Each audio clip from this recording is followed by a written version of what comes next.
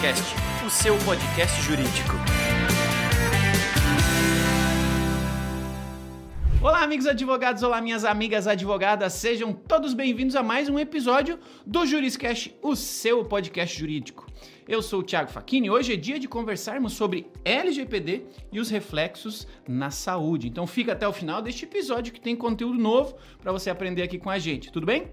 Como de costume, os recados paroquiais, um agradecimento muito especial ao curso de Direito da Univille, que continua incentivando com que a gente continue fazendo discussões de altíssimo nível relacionadas ao mundo jurídico aqui no Juriscast. Então, muito obrigado ao curso de Direito da Univille, que tem mais de 25 anos de história, também é detentor do selo OAB Recomenda, e para conhecê-lo melhor basta acessar univille.br/direito. Aproveito também para convidá-los a nos assistir em vídeo no YouTube e no Spotify. Na telinha, nesses dois canais, vocês têm um QR Code onde vocês podem mandar mensagens em áudio para a gente ouvir aqui e discutir com vocês aí as suas perguntas, dúvidas, recomendações. Então mandem mensagens aqui pra gente em áudio, que a gente também aproveita aqui no episódio. E claro, não deixem de nos seguir aí, a mim, Thiago Facchini, nas redes sociais e todos os canais onde o Juriscast está disponível. Siga-os, deixe seu joinha, seu coraçãozinho, suas estrelinhas, avalie aí os nossos episódios para que a gente continue sempre produzindo ótimos episódios para você, tá bom? Bora, feito aí a devida apresentação, o início do nosso tradicional programa, vamos, obviamente, agora o que mais interessa neste episódio, junto com vocês da audiência, que é o nosso convidado, que vem aqui conversar conosco sobre os reflexos da LGPD aí na área da saúde. Então, quem vem falar com a gente aqui é um especialista, como de costume. Ele é o Luiz Fernando Picorelli. Ele é mestre em Direito pela PUC de São Paulo. Ele é encarregado de proteção de dados de operadoras de planos de saúde. Também é CIPM e CDPO pelo IAPP. Dr. Luiz Fernando, seja muito bem-vindo ao Juriscast. Muito obrigado, Thiago. É um prazer enorme estar aqui. Primeiro, eu queria agradecer ao ProJuris pelo convite e, mais especificamente, também ao Daniel Lobão, que faz parte da comunidade ProJuris e que fez a indicação. Então, queria agradecer ao meu colega e meu parceiro que fez a indicação e dizer que vai ser um prazer conversar sobre esse tema com vocês, o qual eu sou completamente apaixonado hoje. Legal. Muito obrigado pela disponibilidade. Normalmente a gente começa aqui os episódios do Juriscast dando um pouquinho de contexto para a audiência, né? A gente vai do macro ao micro. Mas hoje eu vou ter a audácia aqui de pular essa etapa de dar um pouquinho de contexto, pelo menos sobre LGPD, né? A gente tem episódios aqui falando sobre LGPD, lá da época da aprovação. Tem bastante coisa por aqui para a gente entender o mínimo, para a gente ter uma conversa sobre LGPD. Então eu já vou iniciar esse direcionamento já indo para a área da saúde. Poxa, LGPD já é uma legislação que já está há um bom tempo aí vigente no Brasil, a gente já teve bastante tempo para se relacionar com ela, para entender o seu propósito e os seus reflexos, mas poxa, quando a gente pensa na área da saúde, né, e quando a gente fala em LGPD é impossível deixar de lembrar, né, de dados pessoais, dados sensíveis, e não tem dados mais pessoais e sensíveis do que os dados relacionados à nossa própria saúde, à saúde da nossa família. Então, quero começar essa nossa conversa aqui lhe perguntando, poxa, num mundo cada vez mais digital, onde as plataformas estão aí digitalizadas, este programa está completamente digitalizado, com a saúde não é diferente, né? A gente já vê todas as grandes redes, os grandes hospitais trabalham de forma bastante digitalizada. Então, como é que você vê essa importância de ter a LGPD no Brasil funcionando, regulamentado, mas em especial na área da saúde? É muito importante, é muito risco, é muita oportunidade. Como é que você começa essa nossa conversa aqui para quem está na área, quer estar na área ou no mínimo se preocupa com a proteção aí dos dados, a segurança dos seus dados no ambiente de saúde? Bem, eu acho que quem ainda não percebeu, mas muitos já perceberam, a saúde é um oceano, né? Então, às vezes as pessoas falam assim, eu atuo na área da saúde, mas tem que tomar muito cuidado com isso, porque a saúde é uma área tão grande, tão grande, tão grande, que ela absorve você. Dentro da saúde você tem direito farmacêutico, saúde suplementar, saúde pública, pesquisa clínica. Então, assim, ela é uma área muito vasta e sempre foi uma área muito rica. Quando a gente fala em proteção de dados, nós temos um aumento dessa riqueza, porque a saúde, historicamente, ela sempre foi preocupada com a questão da privacidade, né? Vamos lembrar que, assim, há séculos, né, quando a gente fala de serviço de saúde, a privacidade ela é a pedra de toque, digamos assim, ela é a base da relação entre o paciente e o profissional de saúde, seja ele qualquer profissional, seja ele um médico, seja ele um cirurgião dentista, um enfermeiro, e sem a privacidade o paciente simplesmente não procura o profissional, né? Por isso que mesmo antes da Lei Geral de Proteção de Dados, a gente sempre teve muitos problemas. Vou lembrar um dos casos, era a questão, por exemplo, do aborto, né? Que hoje tem possibilidades legais de aborto, mas de uma forma geral é crime, mas você tem situações em que o médico acaba sabendo, em muitas situações, inclusive na jurisprudência, que o profissional acabava denunciando o próprio paciente e uma discussão a respeito disso. Com a LGPD, a questão se agiganta, porque hoje você não se preocupa só em não liberar uma informação, compartilhar uma informação só com terceiro. Hoje você tem uma preocupação muito maior de proteger uma informação que se relaciona a uma determinada pessoa, que identifica uma determinada pessoa, e saber exatamente onde ela está, ter uma responsabilidade em relação a ela e dizer para aquela pessoa, que é o seu cliente, seja ele um paciente, um beneficiário, exatamente o que você está fazendo com aquilo, por quanto tempo você tem aquilo, com quem, a quem vai ter acesso àquilo, como você protege aquilo e hoje proteger. Nós temos que lembrar que hoje o Brasil, infelizmente, é uma das maiores vítimas de crimes cibernéticos na área da saúde, né? A gente tem visto vários casos, inclusive com o Ministério da Saúde. Então, o que a gente percebe hoje, de modo geral, é que a LGPD ela trouxe uma proteção extra e ela acabou agigantando essa área que era a área da saúde, né? Ela trouxe um campo muito maior de trabalho. E para os profissionais que estão me ouvindo aí, eu acho que é muito importante, se vocês se interessam pela área, realmente investirem, porque eu acho que hoje a proteção de dados na saúde é um dos carros-chefes desse setor. Legal. Recentemente eu estava nos meus estudos aqui, lendo a respeito de um vazamento de dados de uma grande empresa de testes genéticos através do ambiente digital. E naquele momento eu pensei, poxa, o teste genético é muito crítico, né? Muito pessoal. Logicamente não era uma empresa sediada no Brasil, não necessariamente estava aí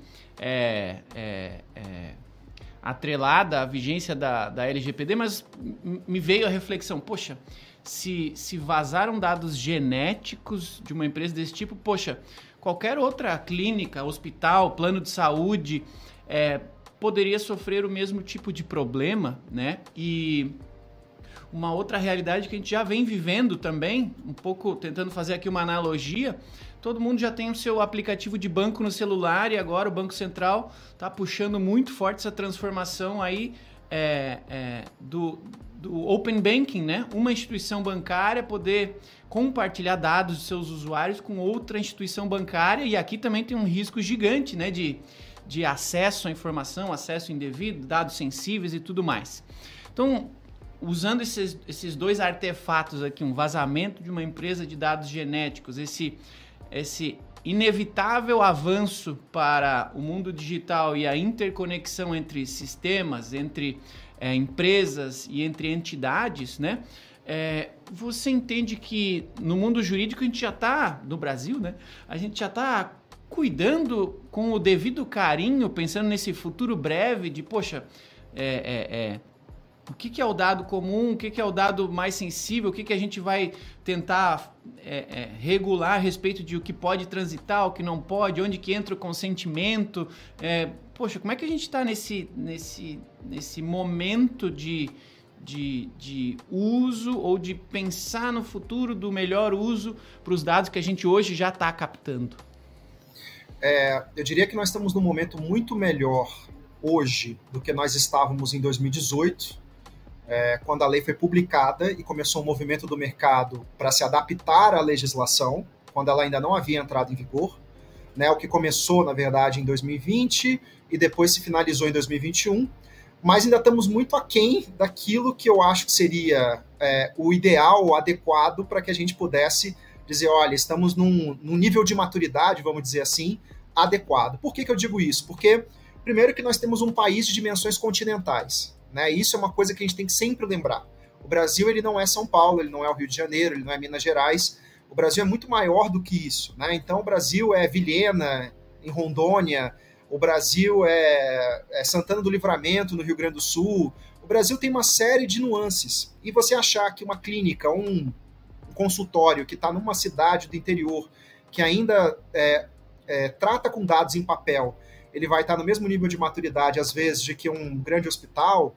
E mesmo assim, se você parar para pensar, vamos procurar hospitais que estejam, às vezes, numa cidade um pouco mais precária, que tenha menos estrutura, eles não vão estar no mesmo nível de maturidade, por uma série de fatores. Então, a primeira questão é essa, a gente tem um problema da desigualdade social e regional. Segunda questão é que nós temos ainda um problema de conscientização.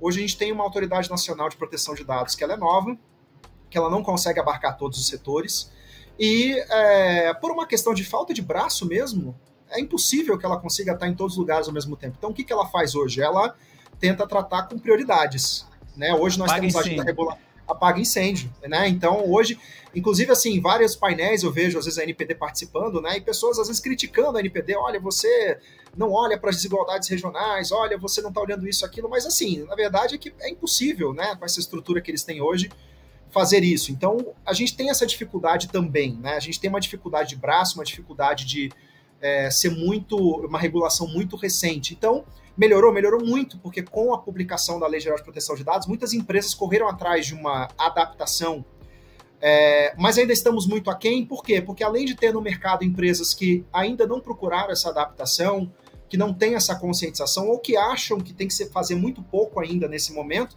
ainda tem várias incógnitas, mesmo para aqueles que estão correndo atrás. Né? Então, a gente tem várias dúvidas ainda. Né? Uma delas, por exemplo, a questão da interoperabilidade, né, de você fazer a portabilidade de dados de um estabelecimento para o outro, dados de menores, né, que ainda é uma questão ainda que está sendo discutida, e uma série de outras questões. Então, melhoramos muito, mas ainda temos muito ainda a caminhar em termos de investimento e adaptação.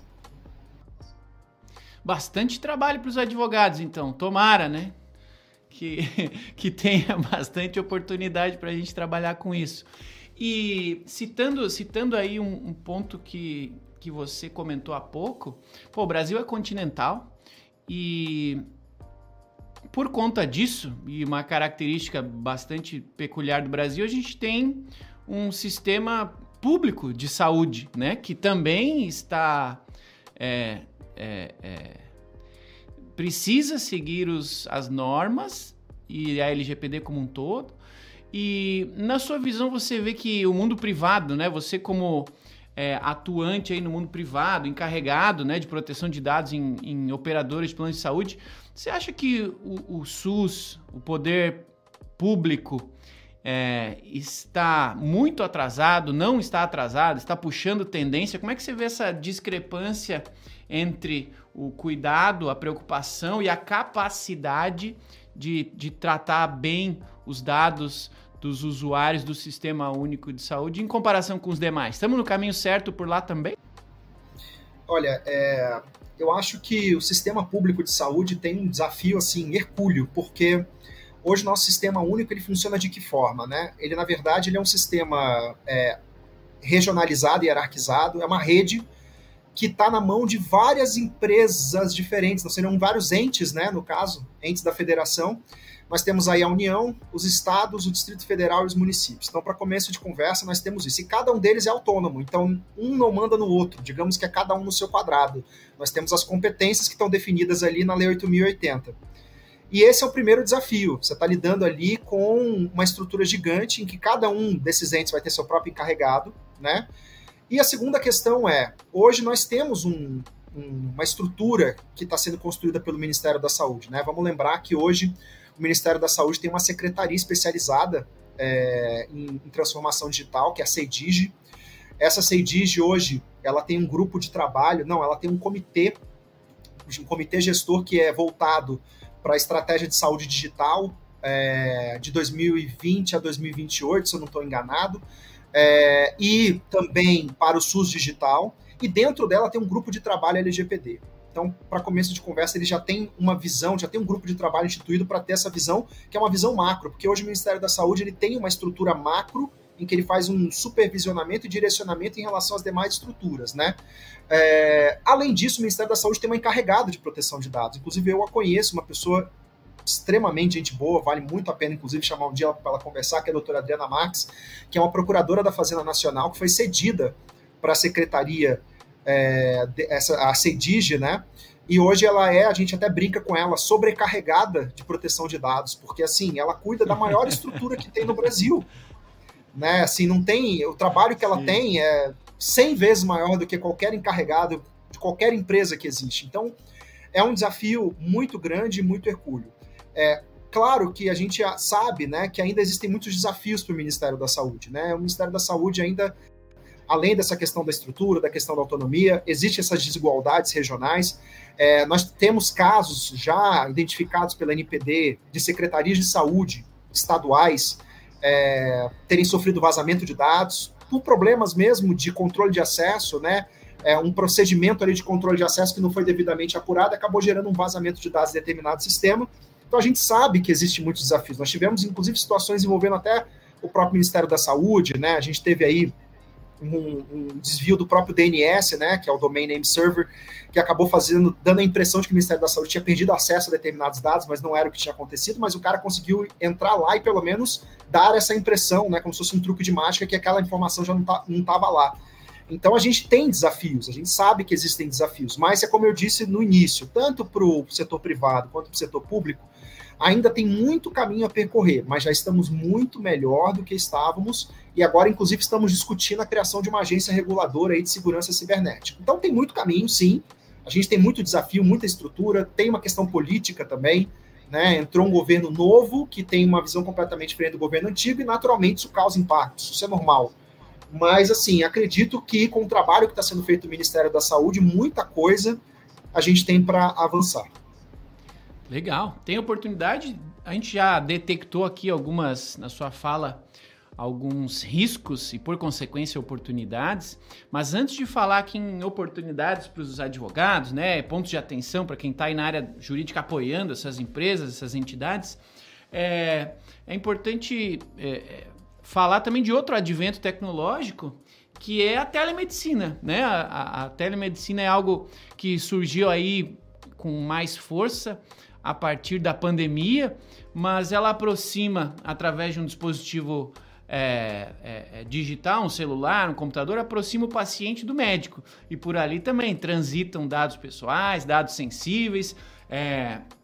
Imagino que já devam existir ferramentas para isso, mas também imagino que já devam existir casos de empresas, entidades que estão usando outras formas de prestar esse serviço sem o devido cuidado ou sem a devida preocupação com a segurança desses dados. Você vê que faz sentido também levar esse tema para a discussão dos encarregados de dados, ou é algo que, na sua visão, por conta da tecnologia, já está superado e vamos nos focar em outros incêndios aí para apagar? Não, acho que esse é um tema muito pertinente, né?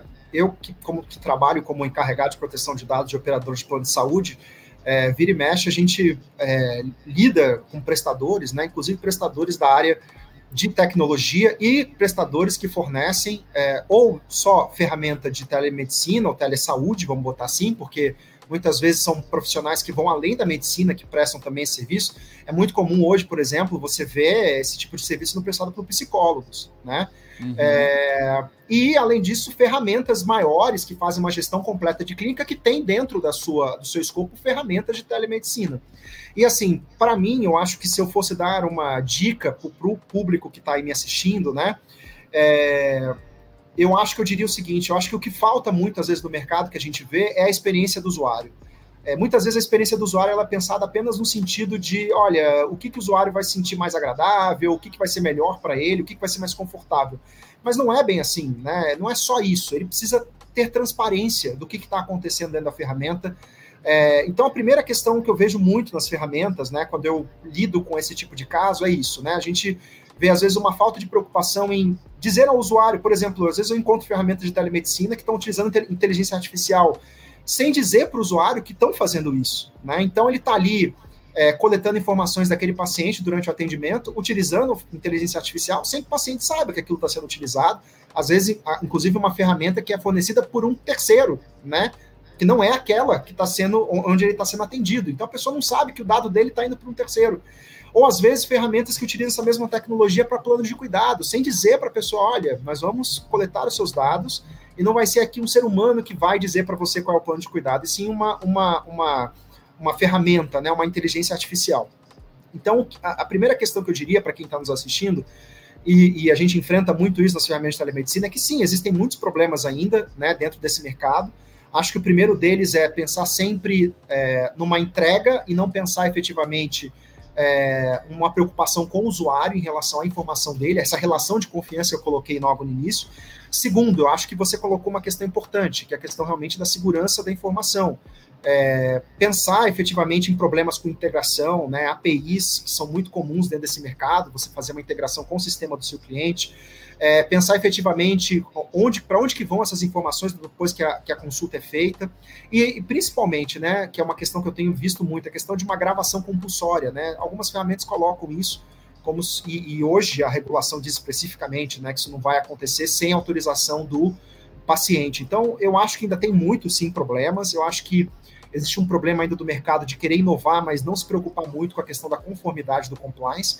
E os colegas que estão me assistindo, eu acho que existe um ambiente fértil aí para os advogados para atuarem nessa área, porque ainda tem muitas questões a serem resolvidas. É isso aí, Dr. Luiz Fernando Picorelli falando com a gente sobre os impactos aí, os reflexos da LGPD em específico na área da saúde.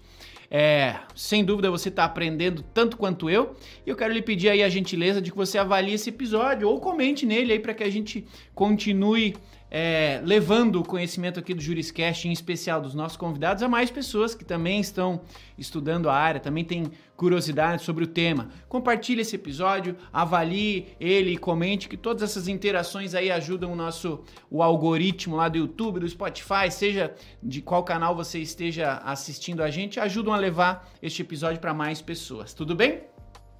Quero aproveitar também para pedir para você me seguir aqui, ó, @Thiago Facchini nas redes sociais. É sempre um prazer conversar com cada um de vocês. Socialização é o objetivo das redes sociais, então fiquem à vontade para me chamar lá nas redes sociais, no Twitter, no LinkedIn. Fiquem à vontade, vai ser sempre uma alegria conversar com cada um de vocês, tá? Doutor Luiz, a gente passou aí nesse início da nossa conversa sobre panoramas gerais, né? Falamos do mundo privado, você inclusive está nele, né? Como responsável aí em plano de saúde, responsável de dados. Falamos um pouquinho do impacto no mundo público, né? Falamos de SUS, eles também têm responsabilidades aqui, assim como no mundo privado. Falamos da telemedicina, né, e desse advento tecnológico que está transformando a relação entre o prestador de serviço de saúde e o consumidor, no final das contas. Em todas essas relações tem transação de dados, coleta de dados, né, e a gente precisa passar agora a levar a nossa conversa aqui para uma ótica um pouco mais jurídica, né? Em especial porque você está aí nessa ponta. Legal. Lá no início da LGPD, eu estava reouvindo um dos primeiros episódios que a gente gravou aqui sobre LGPD lá atrás. Então, assim, a gente tinha muita preocupação, muitas empresas correram para fazer consultorias com escritórios de advocacia sobre LGPD, para fazerem seu plano, para se prevenirem. E legal, foi um boom lá no início. E depois esse pico, né, ele voltou para um nível de normalidade, mas imagino que na área da saúde não haja possibilidade da gente deixar essa preocupação de lado, né? Imprescindível ter aí o apoio de um profissional encarregado de dados na instituição, o apoio de um bom escritório de advocacia, de bons advogados para direcionarem essa adaptação, essa adequação à LGPD. E eu lhe pergunto agora, se nessa relação entre as entidades, na preocupação em estar adequado à LGPD e na atuação da NPD com as empresas, como é que está acontecendo? A NPD já está conseguindo chegar lá na ponta? Você falou, eles estão ainda apagando incêndios. Se são incêndios que eles estão apagando, quais são os incêndios do momento, né? Poxa, a que os profissionais que estão nos ouvindo aqui, que estão atuando na área da saúde ou que pretendem atuar na área da saúde, quais são os incêndios do momento? Quais são os pontos de atenção na sua experiência e botando a mão na massa, né? O que está pegando mais, o que está precisando de mais atenção neste momento, 2024, né, outubro de 2024, qual é o foco de quem, assim como você, precisa atuar na área da saúde com LGPD? Perfeito. Bem, se eu fosse usar minha bolinha de cristal aqui, né, pensando exatamente... Momento futurologia, momento Luiz Diná, manda ver. Exatamente, momento Luiz Diná, nem tanto Diná, né, porque na verdade hoje acabou de sair a agenda regulatória da NPD para 2025, 2026, mas assim, já era um movimento que estava vindo, porque a NPD tinha soltado um estudo sobre esse assunto. Eu diria que a primeira preocupação seria a questão dos dados biométricos, né? Isso é uma questão que está batendo muito forte na área da saúde. Para quem trabalha na área bancária, já é uma realidade, né? Todos nós temos aqui o nosso aplicativo de banco, que vai exigir aí o escaneamento da face. Quando a gente chega ali no caixa eletrônico, você vai botar ali a sua digital. Isso já é uma realidade no setor bancário, mas isso não era uma realidade tão forte no setor de saúde. Por uma questão mesmo de... tradição, não era algo que se investia, e cada vez mais a gente percebe, eu, por exemplo, como eu dizia, eu trabalho na saúde suplementar, a gente tem estudado muito a possibilidade de implementar biometria no momento do atendimento do prestador da rede credenciada. Então, hoje, quando você vai lá num prestador, você vai assinar ali uma guia chamada Guia TIS, que se chama da terminologia da troca de informações de saúde suplementar, Guia TIS.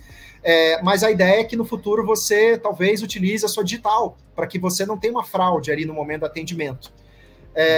Em outras situações também tem cada vez mais sido implementada a biometria, processo a aplicativos na área da saúde e em outras questões. Pois bem, a biometria para mim é um tema que para quem atua na área da saúde é um tema de atenção, porque ele hoje foi colocado na agenda regulatória da NPD. A NPD ela colocou como um dos temas a ser tratados na agenda regulatória, né?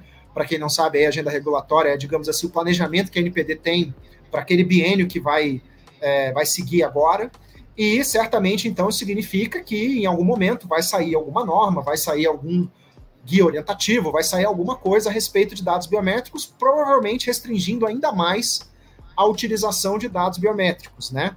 A NPD já tinha feito um pouquinho disso no guia orientativo do legítimo interesse, onde ela tinha exigido ali que quando você utilizasse dado biométrico para identificação, que você, dado sensível para identificação, que você tivesse que fazer um teste chamado teste de balanceamento, mas acredito que outras restrições. Por que essa preocupação da NPD? Por que a NPD está querendo focar nesse assunto?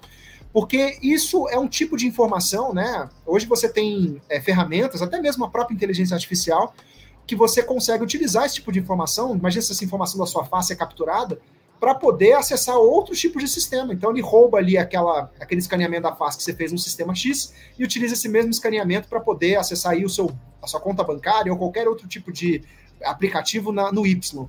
Então, para começo de conversa, a gente tem que começar a ter uma preocupação em relação a isso, dados biométricos. O que significa ter uma preocupação? Realmente ponderar com todos os nossos clientes se de fato há necessidade. Às vezes, existe um hype, né? Você vê nos condomínios hoje sendo coletado foto, você vê, e aí a biometria da face, você vê em vários lugares sendo coletada essa informação, e às vezes não há efetiva necessidade pelo que a pessoa faz, né? E é isso que a NPD está batendo muito na tecla. Então essa seria uma primeira questão que eu bateria muito na tecla. A segunda questão que eu diria, e isso é um movimento que eu já tenho visto da NPD, você que trabalha na área da saúde, tome cuidado aí com dados de idosos e de menores. Por que isso? Porque desde a resolução número 2, a NPD já começou ali a colocar uma pequena semente dizendo assim, olha, se você trabalha com dados de menores e de idosos, não interessa se são dados sensíveis, eu já vou entender isso, claro, com alguns outros critérios adicionais, né, como ser de larga escala ou afetar interesses fundamentais, mas eu já vou entender isso como um tratamento de alto risco, né? Isso significa o quê? Que na área da saúde nós temos um impacto extremo. Então, por exemplo, quando eu, como operador de plano de saúde, recebo lá um termo de adesão, né, de um beneficiário, e esse termo de adesão não tem nenhum dado sensível ali, vai ter basicamente dados básicos daquele beneficiário para poder aderir ele ao plano. Mas se ele for menor, ou se ele for idoso, eu já tenho que tratar aquilo como um formulário de altíssimo risco. E com base naquilo, eu já tenho que entender que se aquilo ali vazar, por qualquer motivo que seja, pode ser que a jurisprudência não entenda que exista um dano imediato, mas pode ser que a NPD entenda que aquilo é grave. Então, eu acho que a gente precisa olhar nas nossas organizações, e antes a gente só olhava para dado pessoal e dado sensível, né? Dividia o mundo entre duas coisas. Não, a gente tem que começar agora, dentro desse aspecto, começar a entender um mundo um pouco mais multicolorido. Então, dentro disso aí, a gente vai ter agora dados de menores, dados de idosos. A NPD começou a identificar alguns dados que não são sensíveis, conforme a lei, mas que são, sim, críticos, como dados financeiros. Né? Ela fez isso na resolução número 15, em que ela tratou ali de comunicação de segurança. Então, se eu fosse, assim, a mãe de Ná, digamos assim, eu diria para prestar atenção em dados biométricos, em dados de menores e dados de idosos. E a NPD tem aí um projeto, está lá na agenda regulatória, de falar sobre dados de saúde. Né? Hoje a gente sabe que tem uma portaria do Ministério da Saúde, que é a portaria GMMS 3232, que faz a definição do que é dado sensível de saúde. Isso é algo que é novo, certamente não tem isso nos podcasts que vocês gravaram sobre a LGPD, porque isso, se eu não me engano, foi esse ano que foi lançado. Então, uma novidade bem interessante, definir o que é dado de saúde, né? E certamente a NPD vai avançar nisso, tentando trazer outros aspectos para esse tipo de informação.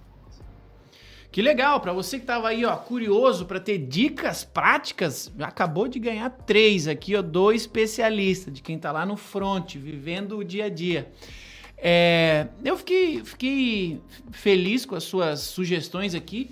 A gente, né, lá no início da conversa falou de tecnologia e, poxa, boa parte do que você sugeriu aí tem relação direta com tecnologia, né? As coisas estão convergindo para um mundo cada vez mais digital, mais acessível, e por consequência a gente precisa ter cada vez mais cuidado com essa interseção. Eu queria te fazer uma pergunta que nessa relação, né, com a NPD, quem trata dados, né, aqui na saúde, quem coleta dados e é o foco da nossa conversa, como é que está funcionando, ou como é que você vê aí na sua vivência prática, né, essa ideia de fazer ou não fazer, ou dar condição de que estejamos prontos para auditorias de conformidade? Porque lá no passado a gente fez o plano da LGPD e agora a gente precisa auditar, ver se estamos de fato executando o plano que planejamos e se estamos o executando da maneira correta, mitigando os riscos e, em casos de algum problema, se temos aqui o plano para resolver os problemas. Como é que você aponta, né, a oportunidade ou o risco para quem está nessa área da saúde lidando com dados, né, a respeito de auditoria de conformidade? Pronto. Aproveitando um pouquinho do gancho dessa pergunta e trazendo até um aspecto da pergunta anterior que eu não respondi, quando a NPD começou a fazer a fiscalização em cima das empresas, ela começou em cima de 8 empresas. Eu não vou entrar nos detalhes aqui, até pela questão do tempo, mas, na verdade, foi uma empresa e 7 instituições públicas.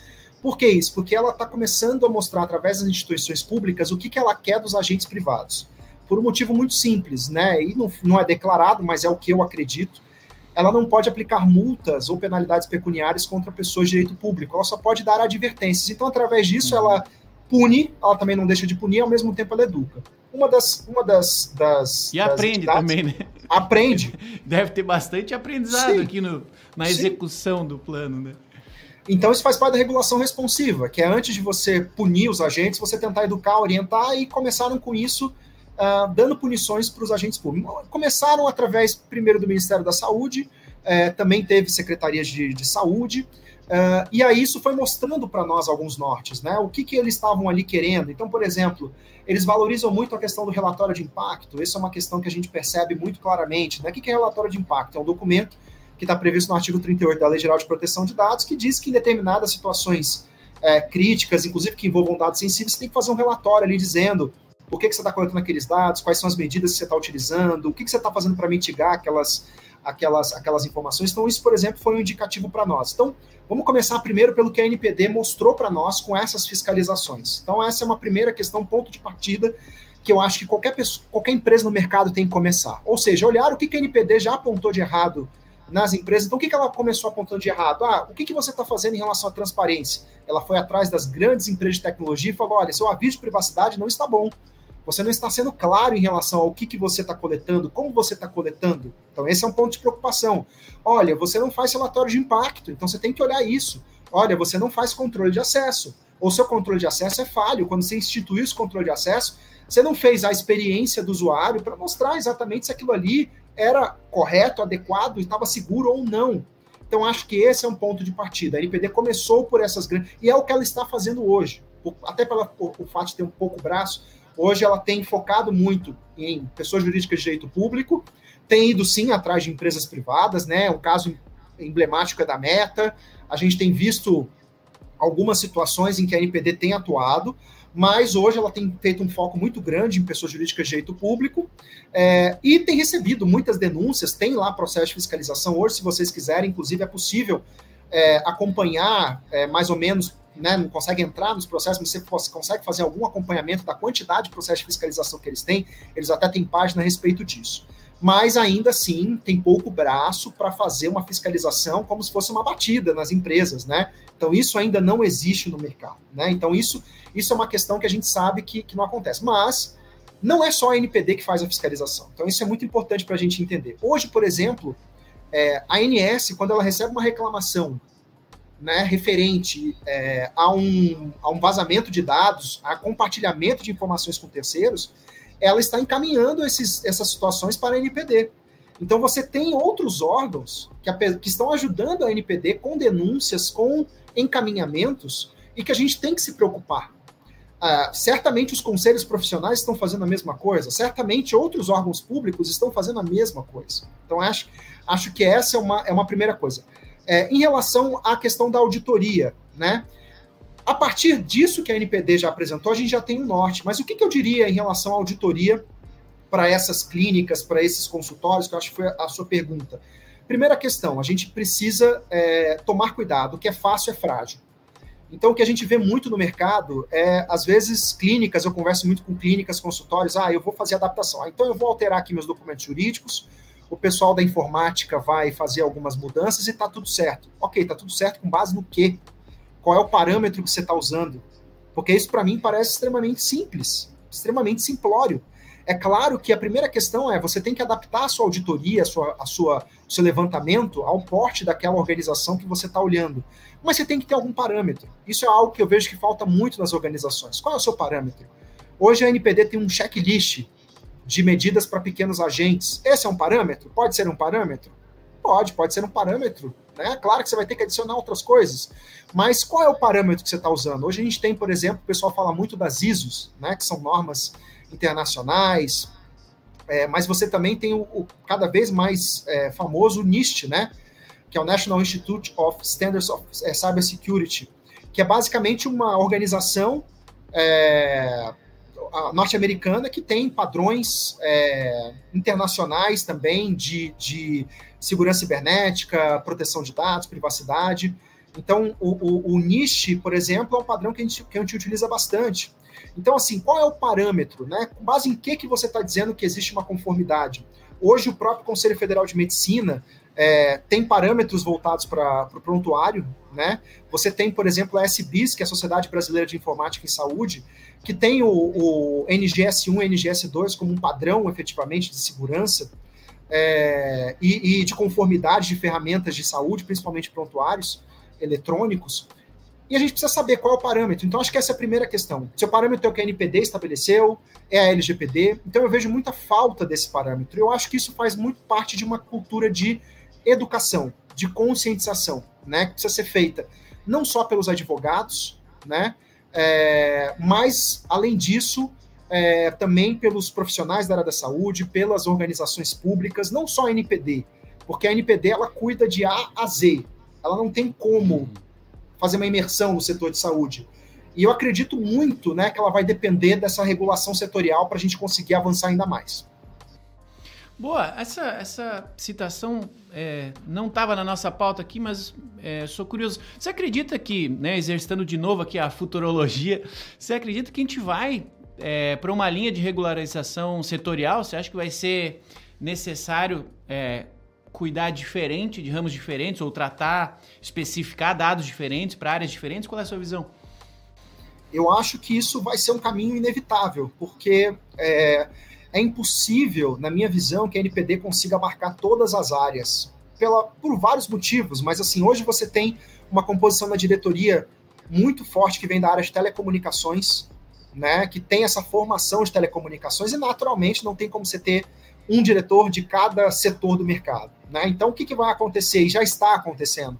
E a portaria GMMS 3232 já é um símbolo disso, assim como você trata aí das normas de telemedicina, assim como você trata... Hoje você tem, na minha visão, um microsistema de proteção de dados na saúde, que é composto no eixo pela Lei Geral de Proteção de Dados, depois pelas normas da NPD, que trazem um eixo, mas você tem, além disso, as normas setoriais. Então, hoje, no meu dia a dia, eu respondo muito mais consulta, falando sobre normas regulatórias, por exemplo, da medicina, falando sobre código de ética médica, falando sobre pareceres dos conselhos de medicina, falando sobre resoluções normativas da ANS, do que efetivamente utilizar apenas uma resolução da NPD, porque hoje a resolução da NPD ela vai me trazer ali o eixo, ou seja, ela vai me trazer questões ali que ela entende que são mais críticas, mas ela não vai trazer a minúcia da minúcia, né? Algumas perguntas que são muito comuns, né, que às vezes a gente recebe no dia a dia, né? O menor pode ser atendido numa consulta sozinho? O que eu faço nessas situações? Né? Em que situações eu posso compartilhar o prontuário, eu não posso compartilhar o prontuário? Né? Como é que eu faço para garantir, que foi uma pergunta que você fez, a questão da segurança dentro de uma situação de telesaúde? Né? Qual é o parâmetro? Não é a NPD que vai me responder isso, ela não consegue fazer isso, não tem como ela entrar nesses detalhes. Quem vai acabar me respondendo é a regulação setorial. Então a gente tem hoje vários setores que estão soltando normas, né? Esse é um exemplo, né? Ou seja, o Ministério da Saúde definiu o conceito de dados de saúde, não foi a NPD, porque tinha essa demanda, essa necessidade, e sabia que ia precisar fazer isso. Mas hoje a gente tem já, olha, um exemplo que eu dei que impactou demais a gente foi a questão da CONANDA, né? A CONANDA é uma comissão vinculada ao Sistema de Proteção da Criança e do Adolescente e que soltou uma resolução dizendo exatamente, fazendo a equiparação de dados de menores a dados sensíveis.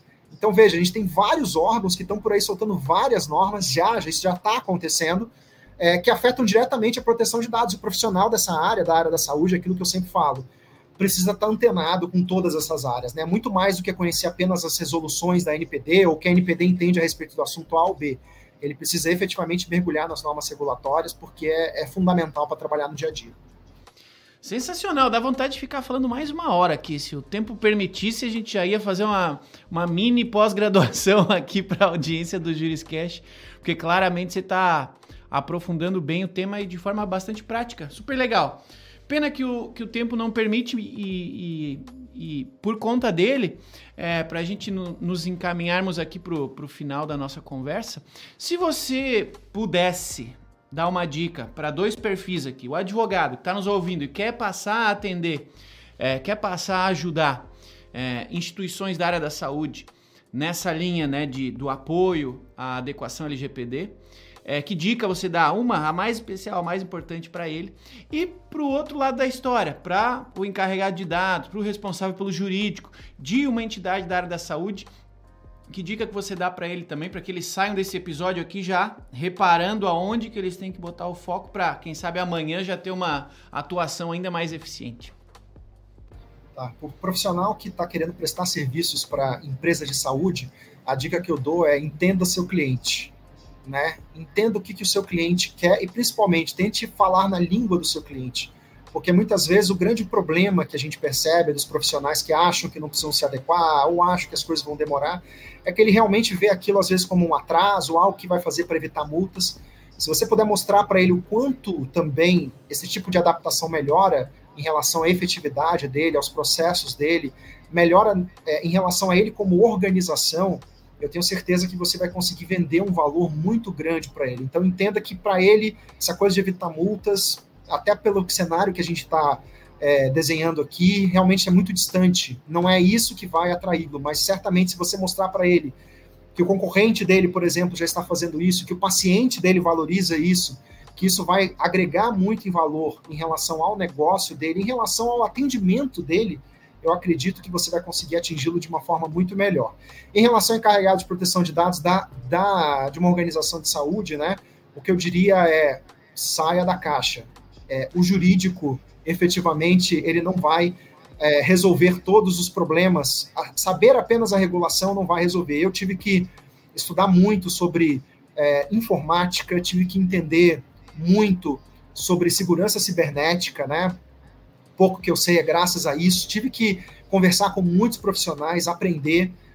Por exemplo, esse padrão NGS1, NGS2 é algo que é totalmente fora do jurídico, é algo que efetivamente faz parte da informática e que você precisa saber, você precisa entender, porque no seu dia a dia, para quem está na área, já deve ter entendido isso, você lida com profissionais de áreas completamente diferentes. E você precisa saber efetivamente falar com cada um deles sem boiar, sem efetivamente estar ali viajando, né? Sem entender. Você precisa, da mesma forma que eu estou falando aqui numa linguagem jurídica com vocês, a gente precisa falar, e a linguagem também do cliente, a linguagem também do meu stakeholder ali dentro da empresa, saber falar numa linguagem que ele saiba, que ele entenda o que você está falando. Eu acho que isso, para mim, foi uma transformação muito grande como profissional, e é isso que eu deixo de dica aí pro profissional que é o meu colega aqui do mercado. Tá dada a aula, meus amigos, Dr. Luiz Fernando Picorelli, falando com a gente aqui sobre LGPD, os reflexos na saúde. Dr. Luiz, muito obrigado. Eu sempre falo aqui no final dos episódios que o Juriscast aqui, a gente inicia conversas, mas elas não acabam aqui, né? O objetivo do Juriscast é que a gente compartilhe conhecimento para que esse conhecimento se multiplique e assim a gente faça um ecossistema jurídico cada vez mais próspero para todos que fazem parte dele, e você está aqui ajudando, né? Compartilhando o conhecimento para que quem está nos assistindo o multiplique por aí. Então, a minha pergunta, além do agradecimento, poxa, caso alguém da audiência aí queira continuar essa conversa com você, você tem alguma rede social? Qual é o melhor jeito de continuar conversando com o Dr. Luiz de hoje em diante? Perfeito. Tiago, se alguém quiser fazer contato comigo, pode me seguir no Instagram. Eu tenho um Instagram chamado @Prof. Luiz Picorelli. Vocês só verem meu nome aqui, que tá tranquilo. E também, Luiz Fernando Picorelli, vocês podem me seguir no LinkedIn, tá? Lá eu costumo postar notícias, novidades, informações sobre proteção de dados aplicada à saúde, e vai ser um prazer recebê-los junto comigo. Queria também agradecer ao convite, foi uma excelente conversa, uma excelente oportunidade, e foi muito bom, foi muito prazeroso. Agradeço também ao público que está nos assistindo. Muito obrigado a todos. Imagina, eu que lhe agradeço, Dr. Luiz, uma alegria. Como sempre, eu estou em todos os podcasts aqui, em todos os episódios, eu sempre aprendo muito, e hoje não foi diferente. Muito obrigado por isso, muito obrigado por compartilhar conosco, comigo e com a audiência, conhecimento aí que você está uma vida adquirindo, tá? Muito obrigado também a vocês, meus amigos advogados, minhas amigas advogadas, estudantes de direito, que sempre nos acompanham todas as quintas aqui no Juriscast. Muito obrigado. Muito obrigado por terem nos acompanhado em mais um episódio. Não deixem de seguir aqui, @Thiago Facchini, seguir o Juriscast, avaliá-lo e comentar os episódios para que nós possamos continuar produzindo episódios úteis para vocês e trazendo especialistas de altíssimo calibre para conversar com vocês, para que eles nos ensinem, tá bom? Muito obrigado então a cada um de vocês que nos acompanhou até o final de mais um episódio do Juriscast. Nos vemos quinta-feira que vem. Até lá e tchau. Você ouviu o Juriscast, produção e oferecimento ProJuris, plataforma de inteligência legal, líder no desenvolvimento de software para departamentos jurídicos e escritórios de advocacia, powered by Softplan. Conheça mais em projuris.com.br.